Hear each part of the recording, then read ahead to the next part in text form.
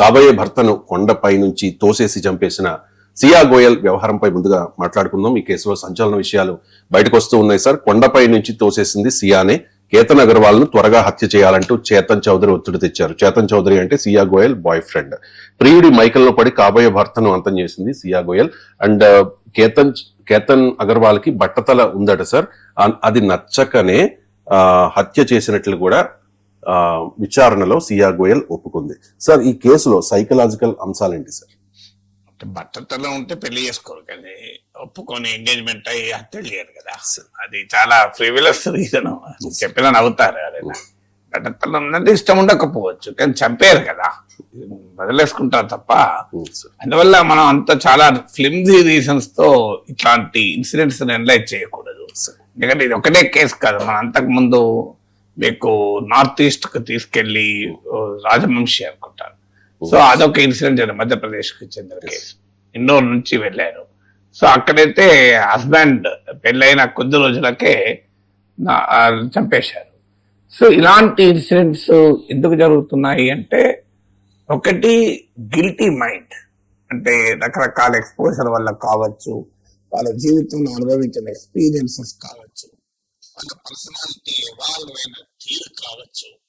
వీటి వల్ల ఒక నేరపూరితమైన మనస్తత్వం, చదువుతో సంబంధం లేదు, వెల్ ఎడ్యుకేటెడ్ ఉంటున్నారు, వెల్తీ ఫ్యామిలీస్ నుంచి మంచి ఫ్యామిలీ, బ్రోకెన్ ఫ్యామిలీ, చాలా క్యావోటిక్ చైల్డ్హుడ్, ఇట్లాంటి వాళ్ళు కూడా కాదు, చాలా ప్రొటెక్టెడ్ జీవితం గడిపిన వాళ్ళు, ఫెయిర్లీ డీసెంట్ ఫ్యామిలీ లైఫ్ ఉన్న వారు కూడా తయారవుతున్నారు.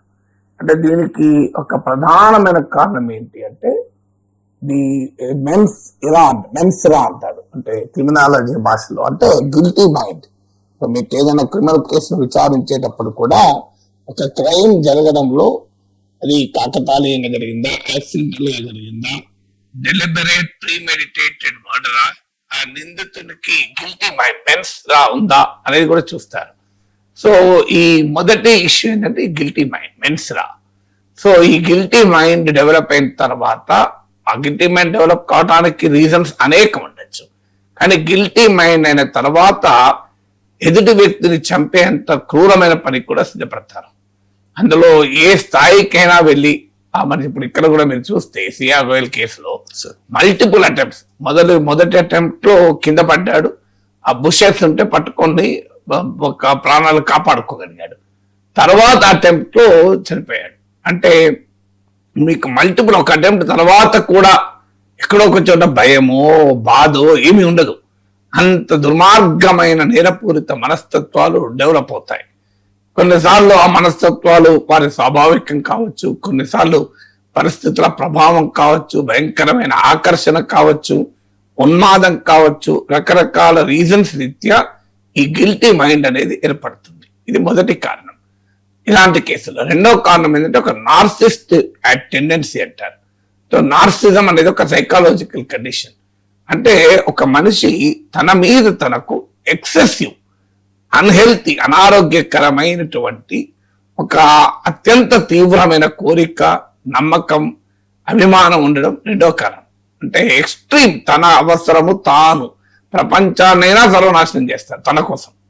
ఎవరెక్కడన్నా పోనీయండి, ఎవరి ప్రాణాలను తీస్తా, ఎవడు ఎన్ని కొంపలైనా ముంచుతా, ఏమన్నా కానీ నాకు కావాలి, నా లాభం, నేను నాకు అనేటువంటి ధోరణి, అది ఎక్స్ట్రీమ్ నేచర్ కు వెళ్ళిన స్వభావం ఉంటుంది. సైకాలజీ నార్సిస్ట్ మైండ్ అంటారు వీళ్ళు.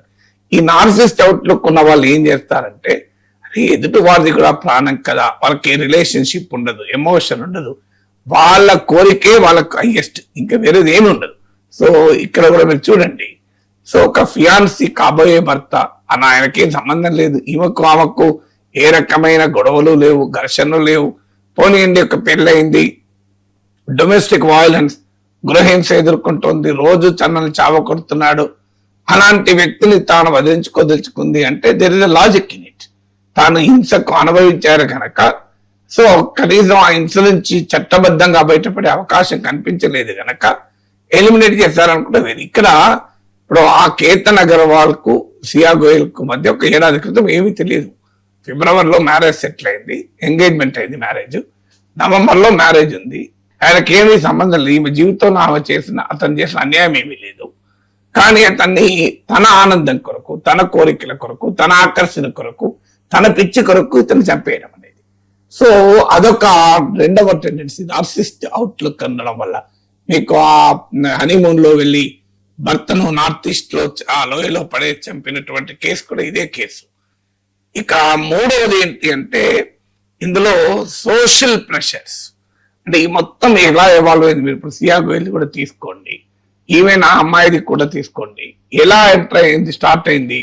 వాళ్ళు ఎవరు కోరుతారో రిలేషన్షిప్ లో ఉంటారు, కానీ ఫ్యామిలీ స్ట్రక్చరు, ఆ ఫ్యామిలీకి ఉండే స్వభావము, తల్లిదండ్రుల వ్యవహార సరళి, కుటుంబ బంధాలు, ఒక closed families, well social esteem, సామాజిక పరువు, గౌరవం అన్న దానికి అత్యధిక ప్రాధాన్యత ఇచ్చే కుటుంబాలు. సో తల్లిదండ్రులకు పిల్లలకు మధ్య ఒక డెమోక్రటిక్ రిలేషన్షిప్ లేని పరిస్థితి కుటుంబాలు ఉంటాయి. తాము ప్రేమించింది ధైర్యంగా చెప్పలేరు, ఇంకెవరి ద్వారానో కూడా ఫెసిలిటేట్ చేయలేరు, ఎవరు ధైర్యం చేయలేరు. ఆ ప్రేమ అలాగే ఉండిపోతుంది. కుటుంబ ఒత్తిడికి పెళ్లికి అంగీకరిస్తారు. అంగీకరించిన తర్వాత వారికి ఏం చేయాలి? బహిరంగంగా నేను పలానా అతను ప్రేమిస్తున్నాను, నేను చేసుకుంటానని చెప్పితే తల్లిదండ్రులు ఏమంటారో తెలియదు, తల్లిదండ్రులు ఎలా చేస్తారో లేదో తెలియదు. లేచి పారిపోతే ప్రేమించిన వారితో సమాజం ముందు తన కుటుంబం దోషిగా నిలబడుతుందేమో అన్న భయం. ఆ సోషల్ ప్రెషర్ తట్టుకోవటానికి వారికి ఆలోచించేది అంటే తనకు ప్రతిబంధకంగా అడ్డంకిగా ఉన్న వ్యక్తిని తొలగిస్తే ఇది ఈజీ మెథడ్ అనుకుంటారు. అంటే రెండు చాయిసెస్ ఉంటాయి. ఒకటి, ధైర్యంగా తను ప్రేమించిన పలానా వ్యక్తిని ప్రేమించాను, పెళ్లి చేసుకుంటాను చెప్పడం. అది చెప్పలేని సామాజిక కట్టుబాట్లు ఉంటాయి, కుటుంబ స్వభావాలు ఉంటాయి. లేదు, కనీసం చెప్పలేకపోయినా ఇంట్లో చెప్పకుండా ప్రేమించిన వాడితో వెళ్ళిపోయే ధైర్యము చేయలేరు. అప్పుడు వారికి ఈజీ ఆప్షన్ ఏమనిపిస్తుందంటే ఏదో ఒక ప్లాన్ వేసి అడ్డంకిగా ఉన్న వ్యక్తిని తొలగిస్తే తాను ప్రేమించిన వ్యక్తిని పెళ్లి చేసుకోవచ్చు అని. ఇప్పుడు మీకు ఆ రాజమనిషి కేసులో కూడా జరిగిందనే కదా. సో మీకు ఆ నార్త్ ఈస్ట్ లో తీసుకెళ్లి చంపారు. సో ఆ కేసులో కూడా జరిగింది ఏంటి? ప్రేమించిన వ్యక్తిని పెళ్లి చేసుకోవాలంటే తాను భర్తను చంపేస్తే విడో అయితే అబ్జెక్షన్ ఏమీ ఉండదు అని అనుకున్నాడు. ఇక్కడ కూడా ఈ కేతన్ అగర్వాల్ ఈ పెళ్లి చెడిపోతే, ఆ మనిషి చనిపోతే ఇక తమ తల్లిదండ్రులు ప్రేమించిన వ్యక్తితో పెళ్లి చేస్తారు అనేటువంటి ఒక దుర్మార్గమైన ఆలోచన. సో ఇక్కడ ఈ సోషల్ ప్రెషర్స్ ను ఎదుర్కొనే స్వభావంలో సోషల్ ప్రెషర్స్ ను అధిగమించి తాము కోరుకున్న జీవితాన్ని తెచ్చుకోలేక ఇలాంటి దుర్మార్గమైన నేరాలకు పాల్పడుతూ ఉంటారు. సో నాలుగవది ఏంటి అంటే మీకు ఇన్స్ట్రుమెంటల్ వైలెన్స్ అంటారు. ఇది సాధారణంగా ఒక్కరే చేయరు. ఇక్కడ కూడా చూడండి, ఇద్దరు పార్ట్నర్తో కలిపి నేరాలు జరుగుతూ ఉంటాయి.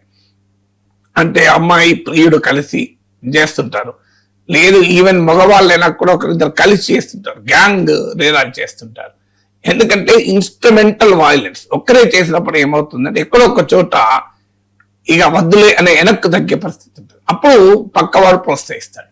ఇప్పుడు ఇందులో కూడా ఆరోపణ అదే. ఇప్పుడు ఆ సియా గోయలే ప్రేరేపించింది అని బాయ్ ఫ్రెండ్ చేతన్ చౌదరి చెప్తున్నాడు. నేను అడిగాను పారిపోయి పెళ్లి చేసుకుందాం ఇంట్లో నుంచి అంటే సియా వినలేదు. పారిపోయితే మా కుటుంబ పరువు పోతుంది, మా తల్లిదండ్రులు ఇబ్బందులు పడతారు, మా సోషల్ ఎస్టీమ్, అందువల్ల మర్డర్ చేద్దామని ప్లాన్ ఆమె చెప్పింది అనేది చేతన్ చౌదరి అంటాడు. తెలియదు, ఇవన్నీ కూడా మనకు విచారణలో తెలియాలి. సియా గోయల్ ఏమంటుంది, నేను మొదటిసారి ఫస్ట్ అండ్ ఫెయిల్ అయ్యాక ఏడ్చేశాను కూడా భరించలేక, కానీ చేతనే ఏం కాదని ధైర్యం చెప్పి ప్రోత్సహించాడు అని ఆమంటుంది. ఈ లోపల సియా గోయల్ తరపున వాళ్ళు ఏమంటారంటే లేదు, బ్లాక్ మెయిల్ చేశాడు చేతన్ చౌదరి, నువ్వు పెళ్లి కొప్పుకున్నావు కదా, మరి మన రిలేషన్షిప్ బయట పెడతాను అని. ఆ భయంతో రిలేషన్షిప్ బయట పడితే ప్రియుడు పోతాడు, పెళ్లి సంబంధము చెడిపోతుంది, తన జీవితం అన్యాయం అవుతుంది కాబట్టి ట్రాప్ లో పడ్డది అని. సో ఇది ఇన్స్ట్రుమెంటల్ వైలెన్సా అనేది నాలుగో ఫ్యాక్టర్. అంటే ఒక ఇద్దరు కలిసినప్పుడు ఏమైతుందంటే ఒక వ్యక్తి వెనకాడినప్పుడల్లా ఇంకో వ్యక్తి ప్రోత్సహిస్తుంటాడు, అది ఎవరైనా కావచ్చు. ఐదవది ట్రాప్. ఇంతకుముందు చెప్పినట్లు మరేమైనా బ్లాక్ మెయిల్ గురైందా అంటే మొదలు రిలేషన్షిప్ ఉంది కానీ తల్లిదండ్రుల ఒత్తిడి మేరకు కుటుంబ కట్టుబాట్ల మేరకు బయటికి చెప్పలేక పెళ్లి కొప్పుకున్నది. తెలుగు సినిమాలోనైతే అక్కినే నాగేశ్వరరావు సినిమాలు అనుకోండి, సో తానే త్యాగం చేసేసి ప్రియురాలి ఆనందమే నాకు జీవితానికి ముఖ్యము అని చెప్పి తన ప్రియురాలు ప్రేమించిన వ్యక్తితో పెళ్లి చేసేస్తాడు సినిమాలో. కానీ సినిమా కాదు కదా, నిజ జీవితం కనుక ఏం జరుగుతుంది అన్నప్పుడు నీవు నాతో సంబంధం కలిగి ఉన్నావు, ప్రేమలో ఉన్నాం మనం. ఇప్పుడు నన్ను మోసం చేసి నువ్వు ఇంకోని పెళ్లి చేసుకొని నీ సుఖం నువ్వు చూసుకుంటున్నావు, సో నీ సంగతి బయట పెడతాను, నీ పెళ్లి చెడగొడతాను అనేటువంటి ఒక బ్లాక్ మెయిల్ ట్రాప్ కూడా ఉండే అవకాశం కూడా ఉంది. ఎందుకంటే ఇలాంటి రిలేషన్షిప్ లో మనీ ఉంటుంది, లస్ట్ ఉంటుంది, ఇలాంటి దుర్మార్గాలన్నీ ఉంటాయి. సో అందువల్ల ఇక్కడ ఏమైనా బ్లాక్ మెయిల్ ట్రాప్ ఉందా? అమ్మాయి ముందు ప్రేమించింది కానీ తర్వాత కుటుంబ ఒత్తిడికి తల వంచి పెళ్లి చేసుకోవాలనుకున్నది వేరే వ్యక్తిని, కానీ ఇతను ఎంటర్ అయి ఆ పెళ్లి చెడగొడతానని బెదిరిస్తే తాను ఎటు కాకుండా అవుతాను అని చెప్పి ప్రియుడి వైపు మొగ్గు చూపిందా అనేది ఒక ఫిఫ్త్ ఆస్పెక్ట్. ఇందులో పాసిబుల్ కోణాలు ఇవన్నీ. ఆరవది ఏంటి అంటే ఈ ఎక్స్పోజర్, సోషల్ మీడియాకు ఎక్స్పోజరు, ఓటీటీ ప్లాట్ఫామ్. ఇప్పుడు చూడండి, సిమిలర్ పెళ్ళైన కొద్ది రోజులకు భర్తను చంపింది ఆ నార్త్ ఈస్ట్ తీసుకెళ్లి మేఘాలయాలనుకుంటాను. సో అక్కడ తీసుకెళ్లి చంపిన కేసు సేమ్. అక్కడ కూడా ఒక ట్రెక్కింగ్కి వెళ్ళారు, లోయలో తోసేశారు. ఇక్కడ కూడా సిమిలర్ కేసు, లోయలో తోసేశారు ట్రెక్కింగ్కి వెళ్ళి. అంటే బహుశా ఆ కేసు చూసి ఓహో ఇలా చేయవచ్చు, ఎందుకంటే అది భయంకరమైన పబ్లిసిటీ వచ్చింది దానికి. ఇప్పటి కూడా అమ్మాయి జైల్లోనే ఉన్నది. సో ఇలా చేయవచ్చు అనేటువంటి ఒక భావన. సో ఓటీటీలు, చాట్ జీపీటీలు, గూగుల్లు ఇలాంటి ఘటనలన్నీ మన చేతికి చూపెడుతుంటాయి. సో సినిమాల ప్రభావము, అందువల్ల క్రైమ్ ఎలా చేయొచ్చో సామాన్యుడికి కూడా అర్థమయ్యేలా చెప్పేటువంటి ఒక మీడియా ఈకో సిస్టమ్ ఉంది. నీకు ఇలా వంట రాకపోయినా యూట్యూబ్ లో చూసి వంటలు చేయొచ్చు, మీకు కుట్లు రాకపోయినా యూట్యూబ్ లో చూసి కుట్లు చేయొచ్చు, ఇంగ్లీష్ రాలేదనుకోండి యూట్యూబ్ లో చూసి ఇంగ్లీష్ నేర్చుకోవచ్చు. ఇలా నువ్వు యూట్యూబ్ లో చూసి చాలా నేర్చుకుంటున్నాను. సో వంట నేర్చుకోవడానికి ఒక అప్పం చేయాలంటే ఎట్లా అంటే యూట్యూబ్ లో కొట్టి అప్పం అని కొడితే వస్తాయి 100 వీడియోలు వస్తాయి. సో అప్పం ఎలా చేయాలి నేర్చుకో, అప్పం చేస్తున్నారు. సో బోండా ఎలా చేయాలంటే బోండా చేస్తున్నారు. సో అలా ఇది కూడా క్రైమ్ ఎలా చేయాలి కూడా నేర్పుతున్నది. అంటే మీకు డిజిటల్ మీడియా ఎకో సిస్టమ్ వచ్చాక డెమాన్స్ట్రేషన్, లెర్నింగ్ ఈజీ అయిపోయింది. అందువల్ల నీకు ఒక ఆలోచన ఉంటే ఆలోచనలు ఇదివరకు దాన్ని అమలు చేయాలంటే చాలా కష్టం ఉండేది, ఇప్పుడు అమలు చేయడం ఈజీ అయిపోయింది. సో అందువల్ల చాలా సులభంగా నేర్చుకుంటున్నారు. సో వీటి ఎక్స్పోజర్ అనేది ఒక 6వ ముఖ్యమైన అంశం. 7వ ముఖ్యమైన అంశం ఏంటంటే రూల్ ఆఫ్ లా పైన విశ్వాసం లేకపోవడం. అంటే తాను ఇలాంటి నేరానికి పాల్పడితే చట్టానికి దొరుకుతాను, న్యాయం, ధర్మం, న్యాయం నిలబడుతుంది అనేటువంటి నమ్మకం లేకపోవడం. ఏమీ కాదు, తప్పించుకోవచ్చు అని. ఎందుకంటే ఇదంతా చాలా ముందు నుంచి ప్లాన్ వేస్తారు. ఎంత దుర్మార్గమైన ప్లాన్ ఏంటంటే కేతన్ అగర్వాల్ కాబోయే భర్తను చంపాక ఇద్దరు ప్రేమికులు వెళ్ళి మహాబలేశ్వరంలో ఎంజాయ్ చేద్దాం అనుకున్నారు. ఎంత దుర్మార్గమో చూడండి. అంటే ఒక మనిషిని చంపిన తర్వాత ఎంజాయ్ కూడా చేద్దాం అనుకునే దశలో మనసులో ఆలోచిస్తున్నారంటే అది కూడా 20-22 ఏళ్ల పిల్లలు. ఆశ్చర్యం ఇప్పుడు సియా గోయల్ వయసు 20 years, చేతన్ చౌదరి వయసు 22 years. సో ఎక్కడికి పోతుంది ఇది అనేది ఒక చాలా కీలకమైన అంశం. అంటే అలా గిల్టీ మైండ్ ఉండడమే కాదు, నార్సిస్ట్ మైండ్ ఉండడమే కాదు, ఈ రూల్ ఆఫ్ లా పైన ఏ రకమైన విశ్వాసం లేదు. మేము దొరకము, చట్టం మమ్మల్ని పట్టుకోదు అనేటువంటి ఒక నమ్మకం.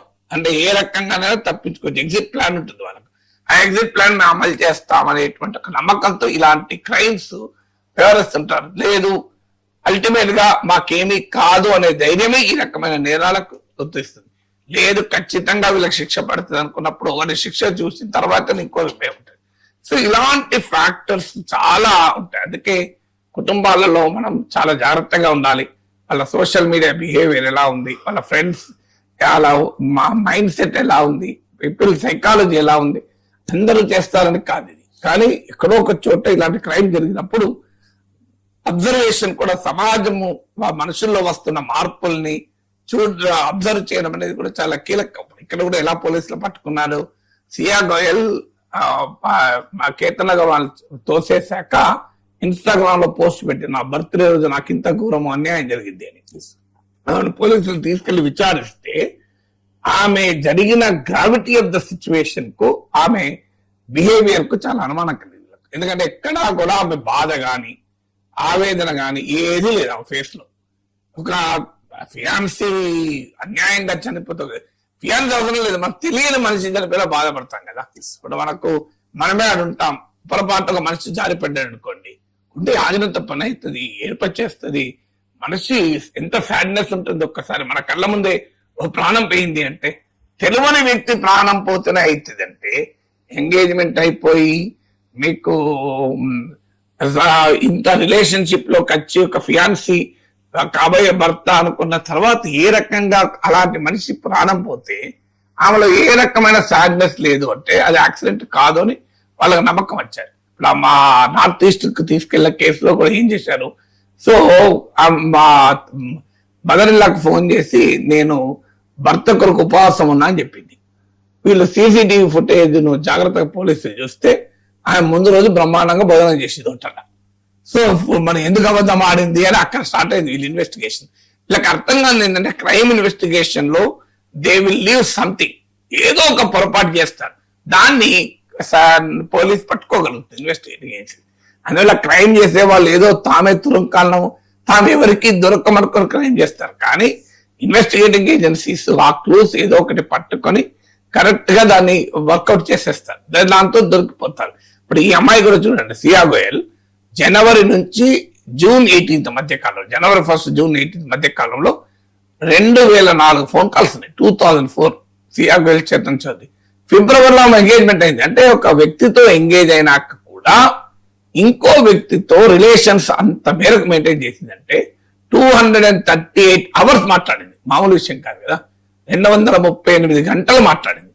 అంటే వాల్యూ సిస్టమ్ కూడా ఎక్కడ పోతుంది అసలు. ఒక మనిషితో నీకు పెళ్లి సెటిల్ అయ్యాక ఇంకో వ్యక్తితో నువ్వు ఎలా రిలేషన్షిప్ కంటిన్యూ అవుతున్నది, పెళ్ళైనాక ఎలా రిలేషన్ కంటిన్యూ అవుతున్నది. సో మనకు ఈ పిల్లల్ని కూడా చంపి ప్రియంతో పోతున్న వారు చూస్తున్నాం మనం. అంటే ఇక్కడ కూడా చాలా మంది ఒక ఉమెన్ ని తప్పుపడతారు. ఉమెన్ కాదు, మీరు చూడండి ఈ క్రైమ్స్ అన్నిట్లో కూడా ఆ ఉమెన్ కు సహకరించిన మ్యాన్ ఉంటాడు, గమనించండి. ఇండివిజువల్ గా ఏముండవు ఇవన్నీ. ఇక్కడ చేతన్ చౌదరి లేకుండా సియా గోయల్ లేదు కదా. సో అందువల్ల ఇది ఇన్స్ట్రుమెంటల్ వాయిలెన్స్, ఇద్దరు కలిపి చేస్తున్నారు. అందువల్ల జెండర్ ఇష్యూ కాదు. క్రైమ్ కు మగ ఆడ తేడా లేదు, క్రైమ్ కు చదువుతో సంబంధం లేదు. క్రైమ్ కు ఒక్కసారి క్రిమినల్ మైండ్ అంటూ ఉంటే వాడి సోషియో ఎకనామిక్ స్టేటస్ కు జెండర్ కు సంబంధం లేకుండా ఉంటారు. ఆ క్రిమినల్ మైండ్ ఉందా లేదా అనేది క్వశ్చన్ మార్క్ గా ఉంటుంది.